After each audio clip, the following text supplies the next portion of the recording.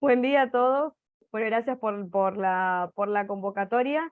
Y tal como hablábamos un poquito antes con Marcelo en la previa, esto es todo un tema respecto a, si bien esto es una jurisprudencia consolidada respecto a los quebrantos en el ajuste por inflación, no hay ninguna novedad en sí, pero sí un poco está la cuestión de lo que se llama cuando se van arrastrando los quebrantos en la medida que van pasando los ejercicios fiscales y qué decisión toma la Corte al respecto. Entonces, en sí, por un lado, empecemos a hablar como la base de todo esto sobre la doctrina del precedente y en cuanto a si la Corte cambió o no su famosa jurisprudencia de Estancias del Hornero, y realmente no la ha cambiado, pero yo quiero hacer referencia a dos cuestiones puntuales, en este caso, más allá de que ahora vamos al caso Telefónica y llamémosle a la familia de casos, porque todo empezó por Telefónica, pero también hubieron dos casos de Telefónica que salieron a la misma fecha y también Central Puerto que trataban de la misma cuestión. También ubiquémonos en el escenario normativo en el que estamos hablando, y es el escenario de Candy en el momento en que estaba prohibido el ajuste por inflación. No estamos hablando de la reforma que existió luego en la ley de impuestos a las ganancias, en donde se permitió el ajuste por inflación, pero con un diferimiento y con ciertos condicionamientos para aplicar el ajuste por inflación en el tiempo, que eso es harina de otro costal, y es algo que todavía, si bien hay pronunciamientos, existe un pronunciamiento que es Bodegas Esmeralda de primera instancia de la Justicia de Córdoba, no tenemos aún pronunciamiento respecto de la Corte en digamos, dentro de este periodo normativo. Entonces, lo importante es ubicarnos, como les digo, en el escenario normativo, que estamos hablando el caso de Candy. Estos son los periodos fiscales 2008 y 2009. Creo que hay un micrófono encendido, ¿no? Este fallo de Telefónica fue de fecha 25 de octubre del 2022. También porque es importante este fallo, porque estamos hablando de la nueva integración de la Corte, la actual integración, no es nueva, pero es la actual integración de la Corte, en donde simplemente venía últimamente remitiéndose a Candy sin mayor desarrollo sobre el tema. Y acá también, por eso también me parecía interesante hablar sobre el principio de confiscatoría de capacidad contributiva, porque no podríamos decir que es a modo de obiter dictum, pero vamos a decir que dentro de la doctrina del precedente, a modo de, como llama siempre Sofía Sagüez, que es este sistema de delta, y ya teniendo precedentes sobre la cuestión, la Corte lo que va haciendo es, convalidando estos precedentes, los va reforzando y quizás también agrega ciertas cuestiones y ciertas definiciones en un concepto como es el de confiscatoriedad, que es una concepción pretoriana de la Corte y no del todo precisa, no tan fácil de probar. Ya en ajuste por inflación es un poco ya, digamos, en el sentido de con la prueba es más que suficiente, pero lo podemos extrapolar también a otros tributos. Entonces, acá entran dos cuestiones en juego. La cuestión de estamos hablando de los quebrantos, una jurisprudencia ya consolidada por la Corte, pero ¿qué pasa cuando los quebrantos se van arrastrando en la medida que van pasando los periodos fiscales?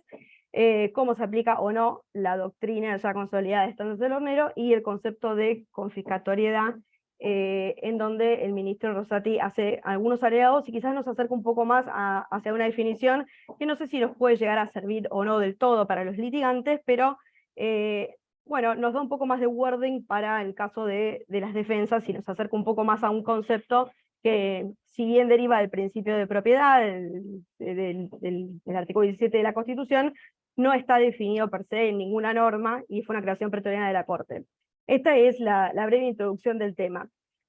Vamos al caso Telefónica, para contextualizarlo. Como le dije, esto eran los periodos fiscales 2008 y 2009, y esto era una aplicación ya muy integral de todo lo que es la aplicación del ajuste por inflación. Entonces, a mí lo que yo quiero es ir específicamente al segundo agravio por el cual llegó a la Corte Telefónica,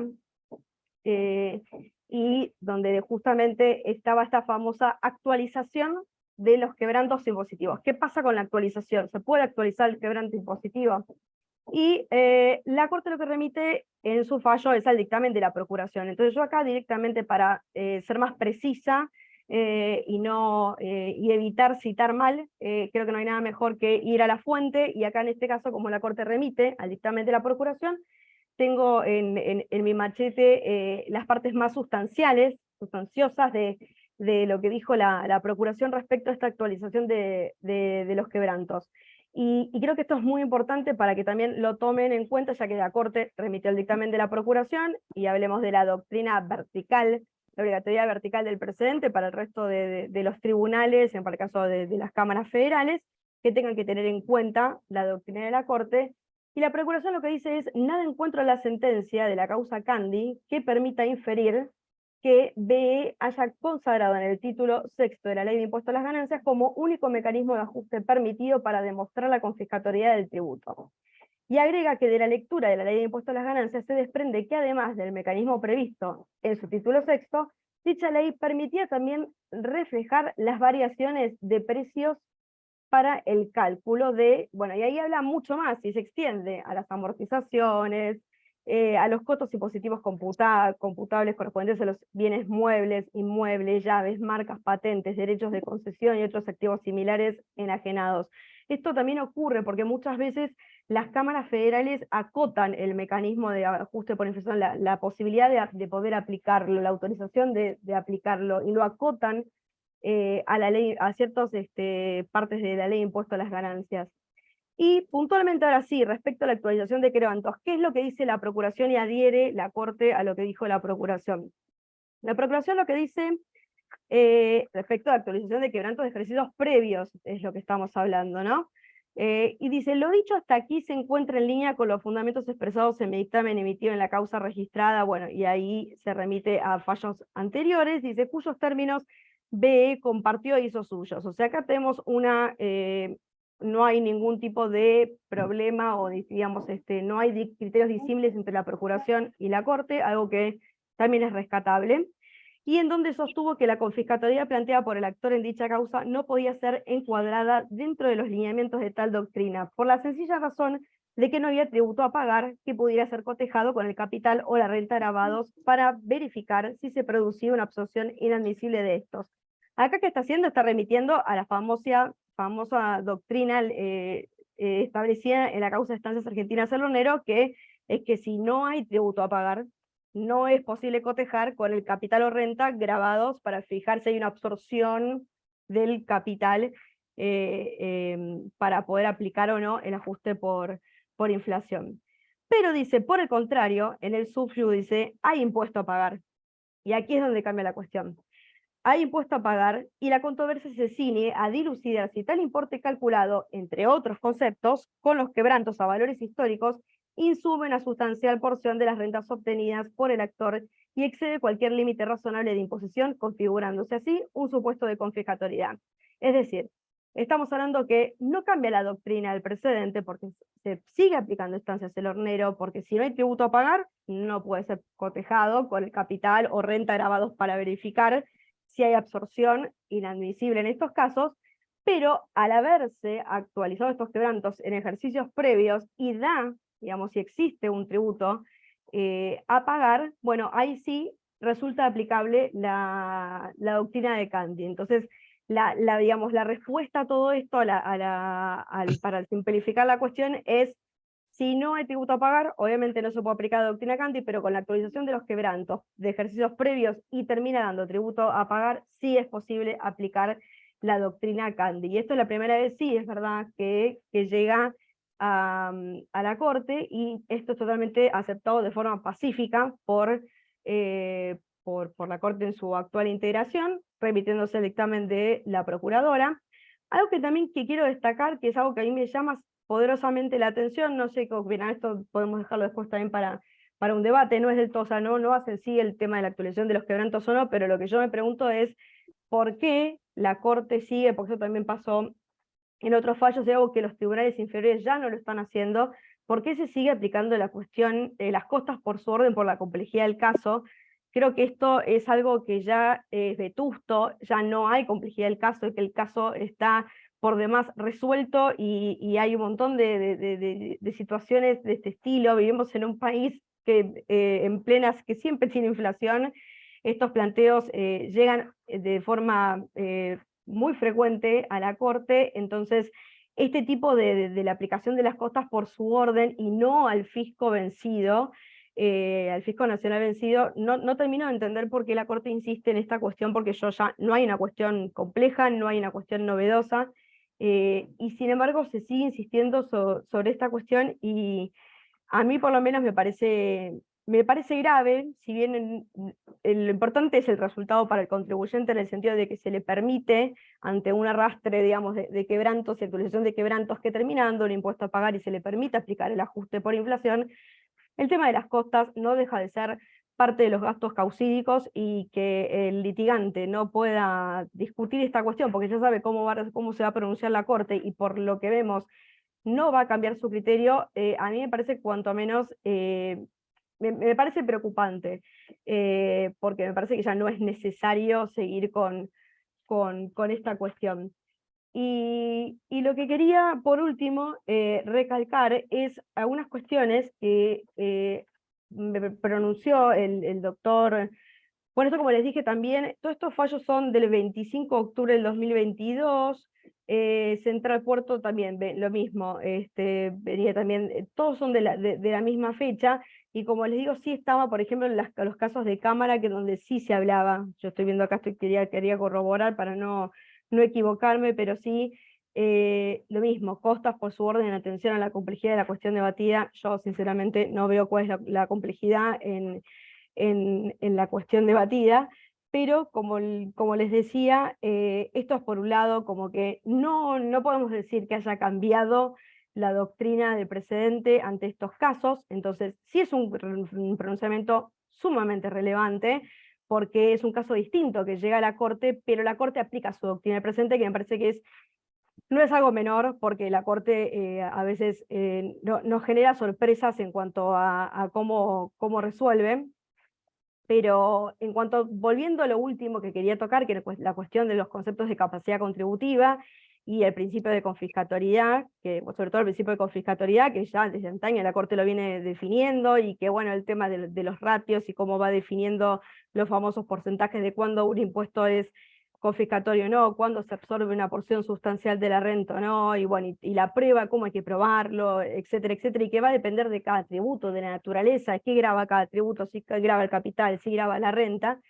Me parece que acá lo que resulta importante es, bueno, cambió el criterio de la Corte en el fallo, digamos, es sentado en el fallo Candia a partir de este precedente Telefónica, cambió. Bueno, por lo menos lo que podemos decir es que no, pero lo que yo acá sí quiero citar es el concepto que da, que lo amplía un poquitito más Rosati, que era el que quiero buscar acá en el fallo, acá ya lo voy a encontrar, no sé por qué no lo estoy encontrando en este momento, pero bueno, si no, esto lo dejamos para después, porque lo tenía acá y no lo encuentro. A ver, en el sentido de que aborda un poco más, acá está. Bueno, lo que dice Rosati, a ver, eso el voto de él, ¿sí? Pero lo que podemos decir es que yo lo que considero es que con este voto, lo que él agrega en este voto, por más que resuelve conforme a la procuración, es que lo que está haciendo es profundizando la doctrina del fallo Caddi. Y esto es cuando yo hablo del sistema, bueno, no lo hablo yo, lo dice Sofía Sagüez en cuanto al sistema de delta en la doctrina del precedente, como que se va sedimentando la doctrina de la Corte, y esto es muy importante porque vamos formando el caso, el caso en sí como leading case, como precedente. Entonces, Rosati dice algo muy, en realidad obvio, ¿no? Porque dice, no ha sido establecida expresamente la Constitución Nacional para el caso de los tributos, estamos hablando de la garantía de no confiscatoriedad, y dice, ella puede ser derivada tanto de la adecuada aplicación del principio de justicia, cuanto a la inviolabilidad de la propiedad establecida en el artículo 17 del texto supremo. En este sentido, la Corte Suprema no ha establecido criterios generales respecto de cuándo un gravamen debe ser o no considerado confiscatorio. Qué novedad, digo yo, sí, realmente es así. En los casos, sigo ahora citando a Rosati, en los casos en que tal tema ha sido llevado a su resolución. Hizo hincapié en la absorción de una parte sustancial de la renta o el capital, considerándola contrario a la equidad. Y esto es lo que siempre discutimos todos los tributaristas, y decir, ¿qué es una absorción sustancial de la renta? ¿Cómo se prueba? Y ahí empieza obviamente el rol de los contadores en cuanto las certificaciones contables y luego las pericias contables, porque realmente no está definido y la Corte, si bien a veces es, en general, trata de buscar un ratio, y a veces va variando, incluso los casos de ajuste por inflación ha variado en cuanto a los ratios, para considerar que se podía aplicar o no el ajuste por inflación, pero me parece importante esto que de alguna forma, por lo menos lo está reconociendo. No lo define, pero lo reconoce, que no está definido, no se establecieron criterios generales. Bueno, me gustaría que un día los establezcan, si no están establecidos de forma normativa, que los establezca la Corte, para también orientarnos a los litigantes, para poder asesorar a nuestros clientes. Y bueno, y así concluye Rosati que la imposibilidad de ajustar los balances por inflación para determinar el impuesto a las ganancias ocasiona a la empresa actora una lesión patrimonial de gravedad, la cual afecta su capacidad contributiva.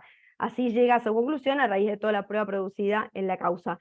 Pero me quería quedar con esto, que la Corte termina admitiendo que no está definido. Bueno, esto es un paso. Yo creo que falta un paso más y es en definirlo un poquito más, sobre todo para otros casos de otros impuestos, no solamente casos de ajuste por inflación, sino también para, no sé, aporte solidario, que graba otro tipo, no graba la renta, graba el capital, pero me parece interesante que es un avance que por lo menos digan, no está definido. Bueno, que alguien lo defina, porque sería de mucha utilidad, porque si no son certificaciones y pruebas, en general a veces es muy raro que un caso de ajuste por inflación salga mal hoy por hoy. Hay que ver qué pasa con la aplicación de la nueva normativa que, como les dije, autoriza la aplicación del ajuste con ciertos condicionamientos a raíz del diferimiento, primero con los tercios y luego con los sextos, y después la superposición del tercio con el sexto, y bueno, ahí cuál va a ser la absorción, quizás ahí va a disminuir la absorción, la porción sustancial de absorción de la renta respecto a un caso llano como es Candy, donde directamente estaba prohibido el ajuste por inflación. Así que bueno, lo mezclé un poquito con la cuestión de quebrantos, pero para que quede claro y sintetizando, esto que les estaba diciendo que falta definición, y esto es una puerta abierta para los casos que van a llegar a la Corte respecto a el nuevo marco normativo. Y respecto al marco normativo anterior, en donde estaba prohibido el ajuste por inflación, la aplicación del ajuste por inflación, en este caso, si no hay impuesto para pagar, obviamente la Corte reafirma que se sigue aplicando la doctrina de estancias del hornero, pero obviamente a partir de la actualización se permite la actualización de los quebrantos como un ajuste integral de inflación y aplicación integral de la ley de ganancias, y obviamente que si hay impuesto a pagar, se va a aplicar la doctrina de Candy. Sin más, no tengo más nada para agregar. Si alguien quiere hacer algún comentario para complementar mi exposición, será más que bienvenido. Y gracias Gracias, Laura. por la participación. Gracias por tu exposición y por todo esto que está bien enfocado desde lo constitucional. Me quedé pensando en la deliberada, para mí, posición de no definir, ¿no? Porque justamente la falta de definición es lo que da el espacio para maniobrar. Pero recordaba, Marinés, ¿te acordás el año pasado vos expusiste sobre este tema y sobre la posición, digamos, no teníamos telefónica en ese momento? Sí, nosotros no vemos muchos cambios respecto de periodos fiscales posteriores. O sea, no, el hecho de que haya cambiado la ley del impuesto a las ganancias no cambia los principios constitucionales respecto de lo que es confiscatoriedad, con lo cual, para mí, toda la doctrina de Candy y sus posteriores fallos sigue aplicándose de la misma manera, no importa qué ley base de ganancias sea la aplicable. Ese sería el punto uno. Lo que sí hemos visto respecto de lo que es la posición de AFIP, nosotros por lo menos en juicios que tenemos en el Tribunal Fiscal, en ese caso de repetición, ¿no? Lo que estamos viendo es una posición súper agresiva del fisco en todo lo que es la pericia, ¿no? Impugnando hasta los balances, o sea, hasta mala fe procesal, ¿no? O sea, no impugnaciones de buena fe o hemos vivido situaciones donde retiran documentación o se les pone documentación a disposición y al otro día se presentan el expediente en el Tribunal Fiscal diciendo que no se suministra documentación. Hemos tenido que hacer todas las reuniones con escribano, entre los peritos, o sea, situaciones muy, muy incómodas en la parte de producción de prueba con el fisco en temas de ajuste por inflación. Bueno, eso un poco también se ve, lo que contás es terrible, pero eso también se ve mucho, bueno, creo que es producto de aquella resolución o instrucción interna, creo que es instrucción interna respecto al caso Bayer, que la Corte en un momento resalta que el fisco no había impugnado la pericial contable, entonces ahí a partir de ahí fue como una bajada de línea que se hizo desde la FIP para que siempre se esté impugnando, se impugnen los puntos, o se amplíen los puntos de la pericia. Pero bueno, las anécdotas que estás contando vos ya van un poquito más Sí, allá de esto. en un caso, Sergio, el caso este que durante toda la pericia producida, donde fue terrible, durante el plazo para alegar, presentó a FIP un hecho nuevo diciendo que, ¿cómo fue Sí, ¿cómo están todos? Básicamente lo que hace AFIP, y lo está haciendo en varios casos, es, pese a haber perdido competencia cuando se interpone recurso por retardo ante el Tribunal Fiscal para resolver la repetición, sigue adelante con la fiscalización, emite un informe final de inspección de 70 páginas en la que lista argumentos sin ningún fundamento respecto a que la contabilidad del contribuyente que se trata no está llevada en legal forma y lo presenta como hecho nuevo ante el Tribunal Fiscal en el plazo en para cualquier alegar, etapa ¿no? procesal, en cualquier etapa procesal. Que Entonces corre en trata de traslado. destruir toda la prueba producida en el expediente en tiempos que no te dan ¿Y el posibilidad de tribunal respuesta, ¿no? no le manda a desglosar? No, corre traslado, contestado el traslado y rechaza el hecho nuevo, por lo menos en los casos que vimos nosotros. Hasta ahora Y lo le pudimos dice, lograr. Lo que pasa es que puede ser que algún tribunal, diga cómo, el fisco dice que no llevan la contabilidad en legal forma. O sea, son temas, 70 páginas que no podés contestar en esos tiempos, ¿no? Por eso te digo, en Bueno, nuestra experiencia nos pasó en más de un caso que tenemos y nos está llamando la atención esta conducta del fisco. Yo quería comentar la experiencia en actualización de quebrantos en casos donde hicimos asesoramiento con motivo de la intención que tuvieron varias empresas y contribuyentes de empezar a actualizar. Y bueno, hubo distintas formas de expresarlo en la declaración jurada, dependiendo de cómo fue el asesoramiento brindado por el liquidador de impuestos, ¿no? La bajada de línea. Dependiendo de eso, en algunos casos pudimos mejorarlo, otros casos ya tenía una bajada de línea dada por Price o por el contador que estaba trabajando en el caso, pero en aquellos casos que se ha presentado multinota explicando y dando nota de la actualización, no hemos tenido vuelta todavía del fisco con inicio de fiscalización. Obviamente quedan marcados. Y sí, la forma de expresarlo generaba una importante diferencia a la hora de si se generaban controles sistémicos o una alerta del fisco por ejemplo, un cambio en la exposición del quebranto histórico a la hora de, por ejemplo, solicitar certificado de exclusión de la 830. Lo que sí notamos es que muchas empresas decidieron actualizar usando este mecanismo de presentar multinota explicando la actualización sin iniciar una acción declarativa y descansando en el efecto suspensivo y el procedimiento administrativo de la 11683. Y bueno, sin que además se genere un expediente público, ¿no?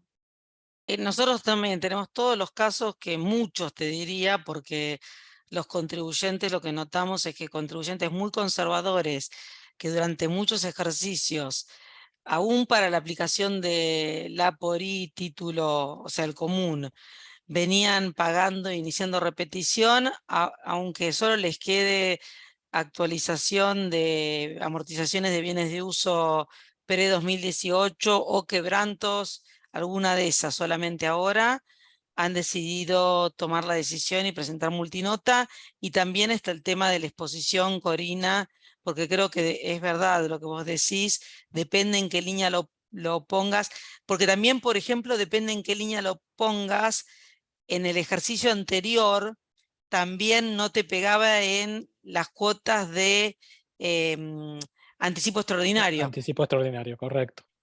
Tuvo efecto también en eso, sí. Tuvo Y bueno, y efecto. tenemos casos donde vamos a testear este tema por primera vez porque tenemos reorganizaciones con quebrantos que fueron actualizados y que están siendo trasladados. Así que tenemos un doble testeo también. Bueno, veremos cómo sale. También tenemos contribuyentes que no los hacemos nosotros, pero estuvimos en due diligence de compras o de transacciones, donde la decisión fue actualizar y presentar multinotas sobre la base de la interpretación de la ley y no sobre la base de un caso de confiscatoriedad, porque tenían regímenes de promoción que les impiden hacer un planteo, en principio, han renunciado a hacer planteos de confiscatoriedad O de ajuste cualquier por inflación en sí. de ajuste por inflación en sí. Claro. Que no queda claro la norma si la renuncia es de cualquier proceso previo o a futuro, pero no han querido poner en juego los beneficios. Entonces, la multinota que han presentado la han hecho basado solo en el argumento de interpretación de la ley y sin un planteo de impugnar la ley basado en confiscatoriedad. Es mucho más conveniente porque ahí no tenés que probar la confiscación. O sea, si la ley te permitiera actualizar, listo, te permite actualizar, no hay que probar confiscación alguna. Es más conveniente, pero no sabemos, son argumentos menos probados todavía, ¿no? Sí, es menos probado. Y digo, no tenés que probar la confiscación y además está claro que puedes arrastrar los quebrantos excedentes a los ejercicios posteriores, que si es por un supuesto de confiscatoriedad es más discutible, ¿no? No, además la cuestión de interpretación de la ley, el Tribunal Fiscal es competente, ¿viste? En cambio en la confiscación a veces, no sé qué dirán los jueces del Tribunal Fiscal, si se van a meter o no. Deberían meterse con todos los precedentes que hay, ya deberían entender, ¿no? Y fallar. Sí, Pero bueno. un punto Pero no, importante yo lo que creo, sí. sí, también lo hemos visto acá, es que se hacen ambos argumentos, ¿no? O sea, el que tiene Ujú. confiscatoriedad y tiene el argumento de la ley. Ahí Totalmente, se acumulan, se acumulan. correcto. Sí, y aquel quebranto que caduca en un determinado ejercicio, nosotros notamos que es muy importante a dejarlo claro en la multinota, aquel quebranto que se está computando y que está caducando en ese ejercicio, a diferencia de los otros que siguen viviendo, ¿no? Marcando esa actualización y el cómputo y la finalización de ese quebranto. Sí, después hay otras cuestiones conexas, ¿no? Cómo se calcula, lo que vos decís, porque si vos en un año fiscal no tenés impuesto a pagar, allí no planteas la actualización del quebranto, porque creo que la jurisprudencia de la Correcto. Corte es clara, mira, esto no podés También. aumentar. Ujú. Y los quebrantos, como vos decís, van prescribiendo, caducando, ¿no? Entonces, bueno, Sí, hemos se notado plantea. que algunos tomaron una posición distinta, ya nos vino dada así, y donde actualizaban todo porque querían como tomar un derecho adquirido y actualizar todo y mostrar todo, Y y eso eso es más generaba difícil, me parece, ¿no? sumas significativas ya muy llamativas, Sí. que bueno, todavía no han tocado la puerta, pero generaron como grandes bolas en la declaración jurada, que hay que ver cómo viene. No, lo que algunos quieren hacer es actualizar los quebrantos que caducan y computarlos en años posteriores a la caducidad. Yo no sé cómo, si le van a dar bolilla con eso, ¿no? Lo veo complicado, ¿no? Lo cierto es que tenemos mucho por recorrer, ¿no? En todo este camino Sí. todavía, como bien decía Laura, hay una profundización de este sistema delta del precedente, como nos explicaba ella, pero esto se va a seguir profundizando y tiene tantas aristas y tanta casuística alrededor que, bueno, hay que estar súper atentos y renovar el conocimiento, ¿no? Hay que, Pero, estoy Manuel, preocupada con... No, perdóname, Alejandro. María, Sí, no, Manuel, pero ¿con qué criterio si lo vas a tomar después de la caducidad? La caducidad es la caducidad. Estoy Es decir, totalmente de tenés 5 acuerdo. Sí. años. Te digo lo que he Por visto, eso. no quiere decir que Sí. yo lo suscriba. Claro, la actualización y mostrar el quebranto actualizado, bueno, es una forma también de ir preparando el terreno, porque las luchas, si vos sabés que en 3 años lo vas a usar, mostrarlo en la declaración jurada, es una forma también de ir de frente y después evitar denuncias penales y todo eso, ¿no? Me parece que eso sí está bien hacerlo, pero si no lo usaste en los 5 años, ahí no es tu tía. No hay tu tía. Me parece bueno. Va a venir Matías Olivero con la reforma y nos va a solucionar todos los problemas, ¿o no? Dios, El Dios mes que viene, mediante. el mes que viene nos va a iluminar con eso, sí. El mes que viene lo tenemos acá, va a participar en esta reunión, Sí. va a exponer. Sí, bueno, Bien. listo, vamos al segundo tema, ¿les parece? Perfecto. Agrego una última cosita, pero procesal, solamente que Dale. me faltó agregar, que todos estos casos que estamos hablando de Telefónica y bueno, y su familia, que eran 2 casos, Telefónica era periodo fiscal 2008-2009, fue producto de una repetición, de parte de realidad se llevó a la justicia por silencio de la FIP, igual luego de pasados los 3 meses, la FIP se expidió negando, obviamente rechazando el reclamo de repetición, por eso fue como una especie de ampliación de demanda que luego se plasmó en el expediente, porque ya estaba iniciada la demanda de repetición en el contencioso administrativo. Y luego después también viene un periodo fiscal 2010, que es también el mismo que sale la sentencia en el mismo caso, que hubo un intento por conexidad de unir los 2 expedientes para justamente que haya una seguridad jurídica, que fue rechazado. Eso con unos insights del expediente que surgen digamos, de la página del Poder Judicial. Y lo mismo Central Puerto, que son 2 casos también de periodos fiscales similares, que fueron por repetición. A diferencia, y yo digo estos casos, famosos casos de Bodegas Esmeralda, que vemos en Córdoba, aplicando ya el nuevo contexto normativo, que vienen por acciones declarativas, en donde se le solicita al juez la aplicación del ajuste por inflación sin el diferimiento, o cuando no llega al caso digamos, del IPC, a través de la medida cautelar en el contexto de la acción declarativa. Así que por ahora lo que está llegando a la Corte en estos casos que estamos hablando de actualización de decrementos fueron por repeticiones. Eso nada más. Vale la aclaración, gracias Laura. Bueno, Esteban. Bien, ¿me escuchan? Perfecto. Bueno, la idea era comentar un poco o poner sobre la mesa dudas sobre el acuerdo de intercambio con Estados Unidos. Como mencionaba, teníamos el antecedente del acuerdo de intercambio de información tributaria que se firmó en el 16, que entró en vigor en el 17, por periodos fiscales del 18.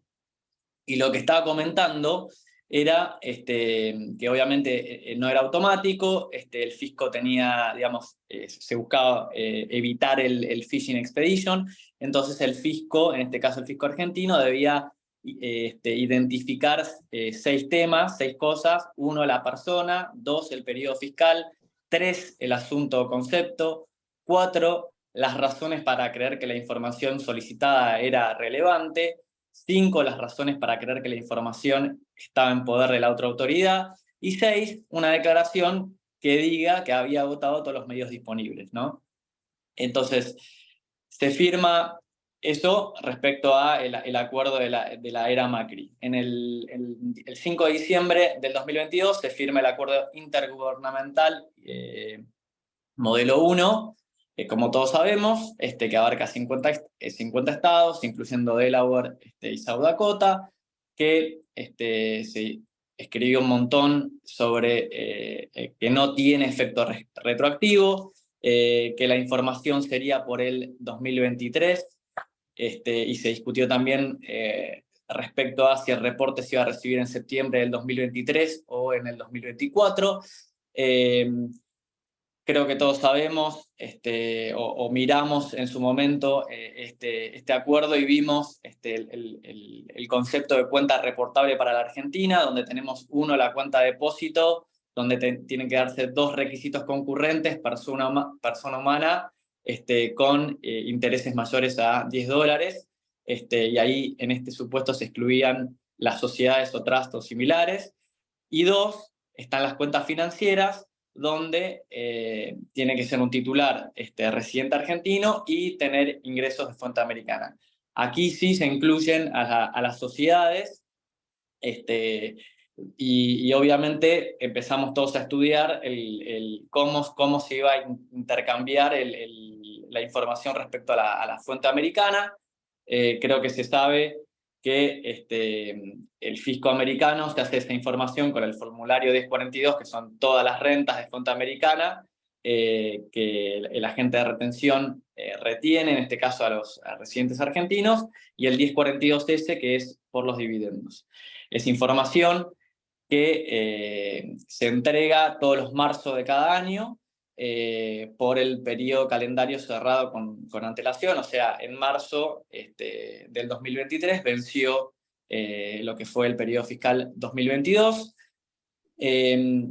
Y bueno, se escribió un montón respecto a qué tipo de sociedades se podía informar. Si las pass-through, las disregard identity entraban con single member LLC, con dueño argentino, entraban en este reporte o no entraban. Se discutió qué pasaba con los hybrid trusts, donde todos los residentes beneficiarios son argentinos. Y bueno, tratando de estructurar esta conversación, bueno, fui a los formularios, al 1042 general, al 1042S, que tienen las entidades financieras. Tienen 5 tipos de formularios W8, uno para personas individuales y otros 4 para otro tipo de estructuras, donde básicamente en la medida que uno a su entidad financiera reporte que es residente argentino, digamos, en principio va a ser una cuenta reportable. Se discutió bastante respecto al no intercambio del beneficiario final, pero supongamos que un hybrid trust que no califica como fideicomiso americano tenga una cuenta financiera con fuente, digamos, con retenciones de fuente americana para un determinado periodo fiscal, cuyos beneficiarios finales estén identificados como argentinos. Bueno, ¿esto es reportable o no es reportable? Yo entiendo que sí, porque, digamos, justamente uno le está diciendo que el beneficiario, digamos, y el beneficiario de esa cuenta es argentino. Y acá, digamos, después se debatió mucho respecto a, bueno, pero las cuentas de sociedades LLC que facturen servicios, obviamente que no sean cuentas financieras, que no tengan renta de fuente americana, no van a ser susceptibles de reporte.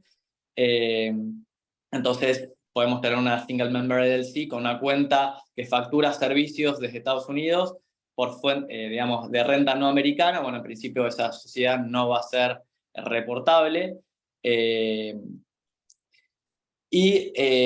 Bueno, en mayo nos enteramos de este acuerdo de autoridad competente entre Estados Unidos y Argentina. Argentina lo firmó en abril y Estados Unidos el 16 de mayo del 2023, que de alguna forma indica que la vigencia va a ser la misma que el acuerdo intergubernamental. Establece cómo se va a reportar la información, habla de un periodo de transición del 2023 y 2024, bueno, de la importancia de la confidencialidad, de cómo se van a avisar los errores, los tipos de errores entre los fiscos. Creo que esto es más bien, creo que no es tan relevante para el contribuyente, en la medida que el contribuyente no advierta que existe algún error en la información que quizás aparece en nuestra parte. Estaba pensando cómo un contribuyente puede eventualmente enterarse de ese tipo o participar en ese tipo de intercambio, y creo que es muy limitado. Y entonces tenemos, por un lado, el acuerdo de intercambio automático sobre renta de fuente, digamos, donde el fisco argentino se va a enterar de residentes argentinos con cuentas depósitos o cuentas financieras que sufrieron retenciones de fuente americana. Tenemos el acuerdo de intercambio de información tributaria como un instrumento del fisco para eventualmente requerir información adicional. Obviamente el fisco puede cursar requerimientos una vez que tenga la información del fisco americano de forma automática, y si no tiene esa información automática, si no tiene contestaciones, podrá eventualmente promover el acuerdo, a requerimiento. Y bueno, a ver, yo no tengo mucha experiencia en lo que fue la aplicación práctica de este acuerdo para el 2018 en adelante, solamente en un caso respecto a aporte solidario por tema de residencia. Ustedes saben que lo que es Estados Unidos, la residencia, digamos, un green card holder o un residente americano se considera residente a los fines fiscales americanos, independientemente que viva allí o no.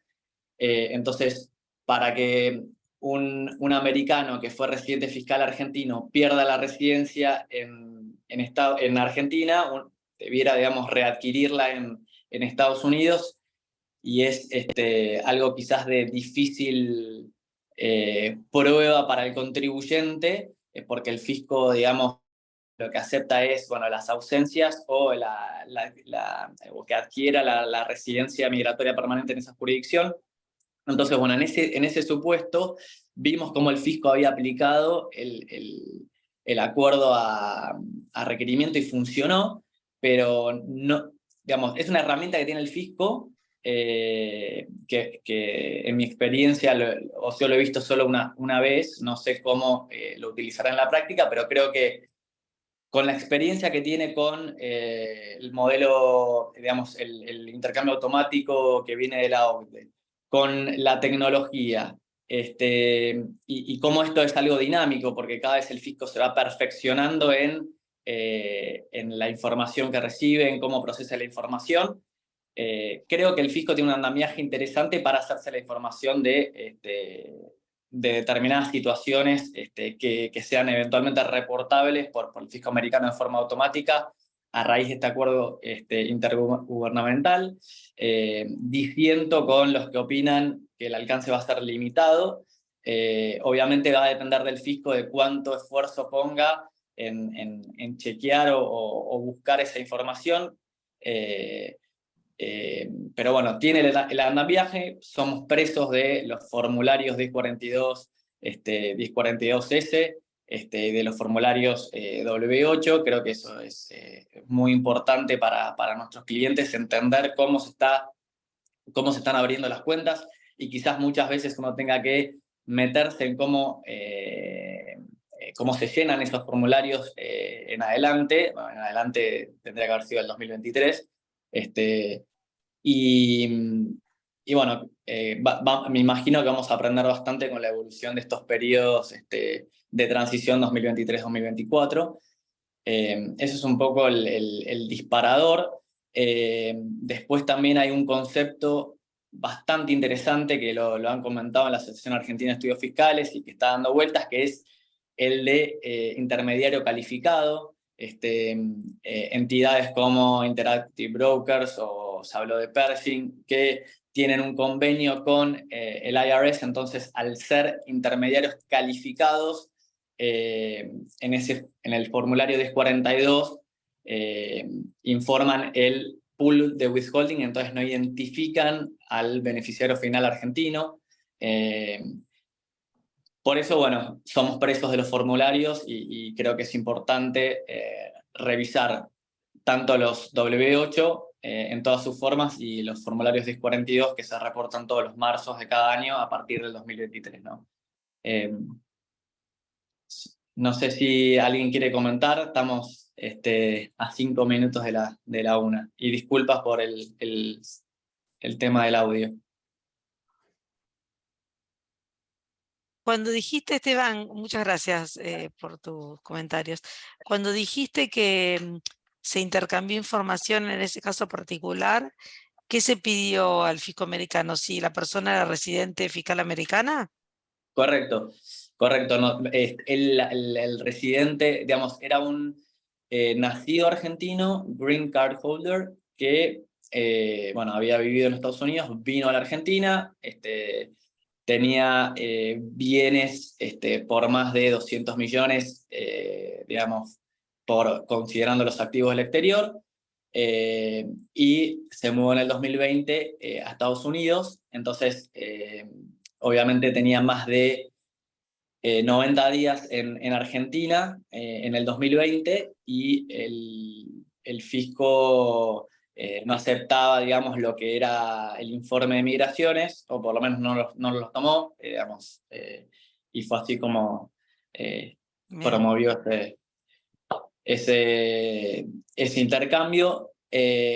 Nosotros obviamente, bueno, algo que aprendimos a raíz de ese intercambio es que quizás es interesante presentar declaraciones o certificaciones respecto a el pago de impuestos en Estados Unidos. Creo que es algo que puede eventualmente facilitar, digamos, que te crean, entre comillas, o Impuesto como residente. Correcto. Como residente domiciliado. Porque puedes estar, digamos, vos podés ser un non-domicile en Estados Unidos, digamos, acreditar que sos un domicile en Estados Unidos. Y el otro tema que me quedé pensando es, cuando hablaste del intermediario calificado, muchos piensan, yo no presento o no firmo ningún formulario en Estados Unidos, y por ahí alguien lo está presentando por vos, ¿no? Totalmente. Está la categoría de recalcitrante. Sí, totalmente. El formulario, digamos, en la medida que uno tenga una cuenta financiera y invierta o reciba dividendos de Apple, que es el ejemplo que siempre se pone, alguien lo va a reportar. Y si me identificaron que soy Esteban Aguirre, alguien lo va a reportar. Bien. Salvo que tenga la suerte. Sí. Una preguntita con relación a la vigencia del acuerdo firmado el 5 de diciembre de 2022, en relación a su aplicación a partir de 2023. ¿Tenés algún comentario? A ver, yo interpreto que la información es es del 2023 en adelante. O sea, van a reportar 2023 y la información sería, en ese caso, sería disclosada en septiembre del 2024 y no en septiembre de 2023. ¿Por qué?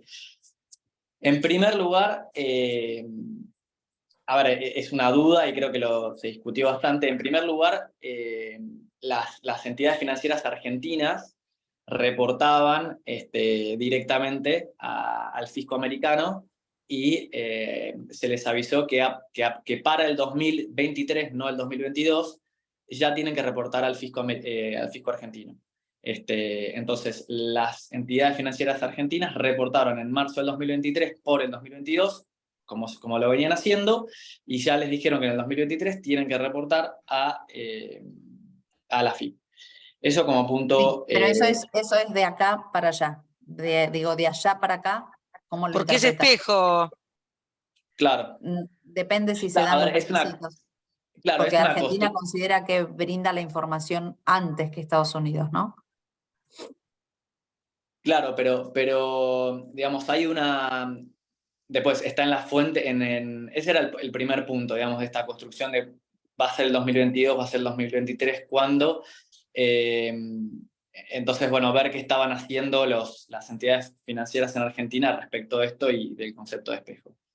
Tema 2, en la página del IRS figura que está vigente para el 2023, porque se cumplió en diciembre, el 17 creo de diciembre del 2022, aparece como la famosa nota donde se habría cumplido el requisito para que entre en vigencia. Eso, digamos, como punto 2. Y como punto 3, bueno, obviamente venimos consultando a colegas de AFIP y digamos, creo que de la interpretación que tienen, si saben cuándo van a recibir el reporte, y bueno, informalmente lo que ha trascendido, o lo que nos han dicho es que será del 2023, y eso se va a recibir en septiembre, a los 9 meses, digamos, del 2024. Pero bueno, es una signo de interrogación, se discutió creo que bastante en la asociación. No sé si alguien tiene más información que seguramente al respecto. El tenor de la nota no fue conocido, ¿no? De la famosa No, nota. yo no la conozco, no. No. No sé si todos tienen el acuerdo de autoridad competente, después lo compartimos. Dale, eso sería bueno. Dale. Ese es el que se firmó es entre las autoridades que se firmó en Estados Unidos, lo firmó en mayo, el 16 de mayo del corriente. Y ahí justamente también dice, la vigencia es cuando las dos autoridades firmen o cuando entre en vigencia el intergubernamental. El posterior. Ok. Buenísimo. Bueno. Bueno, buenísimo, Esteban. Muchas gracias Bueno, también. gracias, Gracias. Esteban. Muchas Muchas gracias. Gracias, Laura, también. El día, en principio, 6 de julio, nos vamos a encontrar con la participación de Matías Olivero Vila para hablarnos de todo ya, la macro, política tributaria, gasto público, etcétera, etcétera. Creo que va a ser un gran aporte. Manuel estuvo consultándolo y con mucha predisposición Matías nos dijo que sí, que sin dudas que se quería sumar. Así que en principio nos estaríamos reencontrando el 6 de julio a las 12 para reunirnos en ocasión de esa exposición y poder debatir sobre esos temas que va a traer Matías. Marcelo, sigue siendo virtual, ¿no? No es presencial. Sí, lo podemos sondear. Me parece que lo más práctico para todos es colocar Perfecto. este horario por Zoom, ¿no? Me parece que hay consenso en eso hasta ahora, antes que trasladarnos a Montevideo, que está buenísimo vernos, obvio, pero para la practicidad y mayor afluencia parece ser mejor esto, ¿no? Ahí lo veo a Leandro también, que se ha sumado. Hola, Lean. Bueno, un saludo para todos. Esto Gracias. después va a subir a la página del colegio para difusión y continuar, digamos, para el resto de los socios que no se pudieron conectar. Bueno, Gracias. Que sigan muy adiós. bien. Hasta luego. Muchas gracias. Gracias. Gracias. Buenas tardes. Hasta luego, Gracias a adiós. todos. Adiós.